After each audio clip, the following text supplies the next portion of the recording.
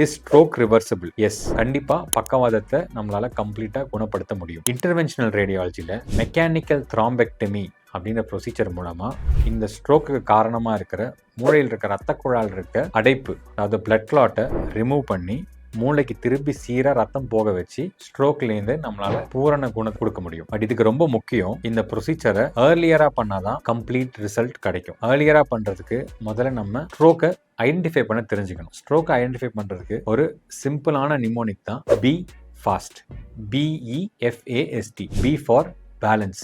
சடனாக ஒருத்தருக்கு balance miss ஆகிற மாதிரி இருந்தாலும், E ஃபார் ஐஸ், அவங்களுக்கு வந்துட்டு பார்வை சரியா தெரியல, இல்லை வந்துட்டு பார்வை ரெண்டா தெரியுது அப்படி இருந்தாலும். F ஃபார் ஃபேஸ், அவங்களுக்கு வந்துட்டு ஒரு பக்கம் மவுத் வந்துட்டு தளர்ந்து போறதோ இல்லை ஃபேஸ்ல வந்து எக்ஸ்பிரஷன் இல்லாமல் ஆனாவோ. A ஃபார் ஆர்ம்ஸ், அவங்களால ஒரு கையை தூக்க முடியாம போனாலும். S ஃபார் ஸ்பீச், உடனே அவங்களால சுத்தமாக பேச முடியாமல் போனாலும், இல்லை நாக்கு ரொம்ப குடறல் ஆரம்பிச்சாலும், இது எல்லாமே ஸ்ட்ரோக்கோட சிம்டம்.